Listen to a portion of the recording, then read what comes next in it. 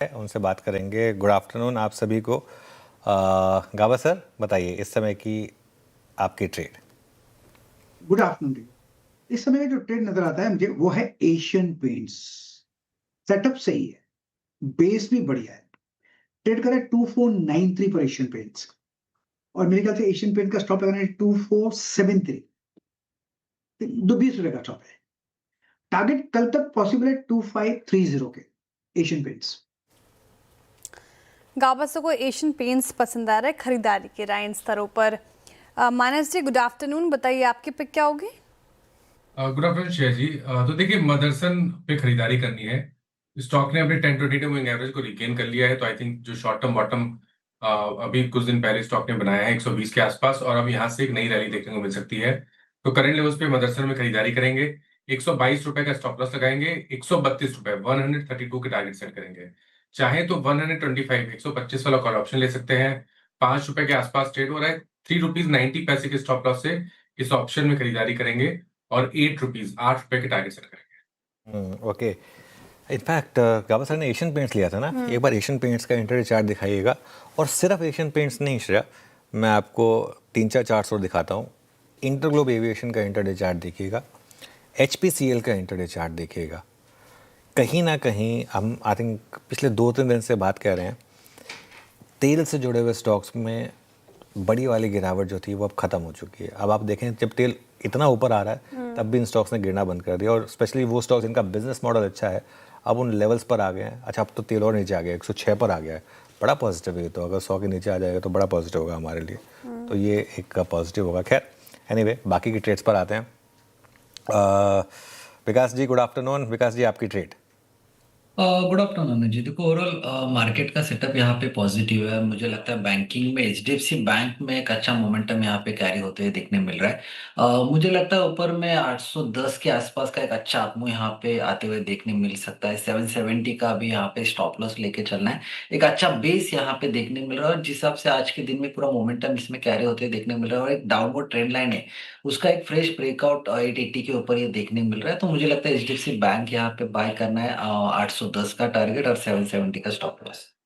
HDFC bank 1% ऊपर है आज के सेशन में, इनफैक्ट 2.25% डेज हाई पर कर रहा है कामकाज। विकास जी ने पिक किया, इसको खरीदारी करनी है आपको। आशीष कयाल जी गुड आफ्टरनून, बताइए आपकी पिक क्या होगी? देखिए यहाँ पर ग्रेविटा इंडिया बहुत ही स्ट्रॉन्ग ब्रेकआउट आया। इसने अपने प्रीवियस स्विंग हाई को निकाल दिया। 2-3 दिन में वॉल्यूम्स काफी अच्छे पिकअप हो रहे हैं, तो मोमेंटम बना हुआ है। मेरे ख्याल से overall small cap mid cap sector में अगर आप देखेंगे तो ओवरऑल बाइंग काफी अच्छी नजर आ रही है। Mid cap index to Nifty ratio भी अगर आप देखते हो तो वो नए हाई पे चल रहा है। तो ऐसे में चलते हुए लार्ज कैप में से ज्यादा बेटर परफॉर्मेंस मिड कैप या स्मॉल कैप में मिल सकता है। तो ग्रेविटा इंडिया में ऊपर में टारगेट जो है वो 1875 का है, और जो स्टॉप लॉस लगाना होगा वो 1145 का लगाना होगा। ओके अब चलते हैं अरुण मंत्री जी के पास। अरुण जी गुड आफ्टरनून, आपकी ट्रेड आज की। जी Anuj sir good afternoon. Again capital market theme के साथ ही जाना चाहेंगे। MCX में एक अच्छा ब्रेकआउट नजर आ रहा है। 2980 के आसपास है, वापस 20 डे मूविंग एवरेज से रिवर्सल देता हुआ नजर आ रहा है। MCX को बाय करें, 2942 का स्टॉप लॉस रहेगा। 3060 तक के टारगेट MCX में देखने को मिल सकते हैं। तो as a positional trade MCX को लॉन्ग करके चल सकते हैं। ओके अरुण जी को M6 पसंद आ रहा है। रिकैप बाद में करूंगी, पहले चलते गौरांग जी के पास। गौरांग जी गुड आफ्टरनून, स्वागत है आपका कार्यक्रम में। बताइए आपका इन्वेस्टमेंट आइडिया क्या होगा इस मार्केट में? बहुत बहुत धन्यवाद श्रेया जी, आपका मंच पर आमंत्रित करने के लिए। CNBC आवाज के दर्शकों को और आप सभी को सादर प्रणाम और शुभ दिन हमारे तरफ से। एक छोटा डिस्क्लोजर पहले दे देते हैं कि जो भी निवेश लायक रणनीति आज दोपहर इस कार्यक्रम में रखेंगे श्रेया जी, ये बुनियादी तर्क के आधार पर लंबी अवधि के लिए है। इसमें हमारी कंपनी जियोजेट तथा मेरा किसी भी प्रकार का व्यक्तिगत निवेश नहीं है, ना ही किसी प्रकार का वित्तीय लाभ मिलता है, ना ही किसी प्रकार का हितों का टकराव। लेकिन इसी स्तर पर राय हम हमारे क्लाइंट्स को देते हैं, संभव है कि उनका निवेश हो।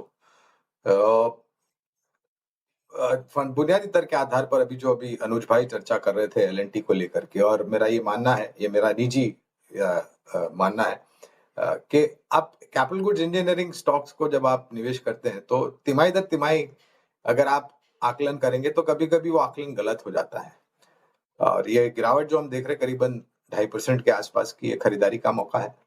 पहले तो अगर निवेश है तो बने रहे, और अगर आपके पास निवेश लायक पूंजी है तो और जोड़ सकते हैं। और अगर आप मौका चूक गए तो इस गिरावट का लाभ उठा करके लंबी अवधि के लिए निवेश करें। इस तरह से शुरुआत कीजिए, गिरावट पर जोड़ते जाएं। अनुमानित लक्ष्यांक श्रेया जी करीबन 4560 के आसपास का है।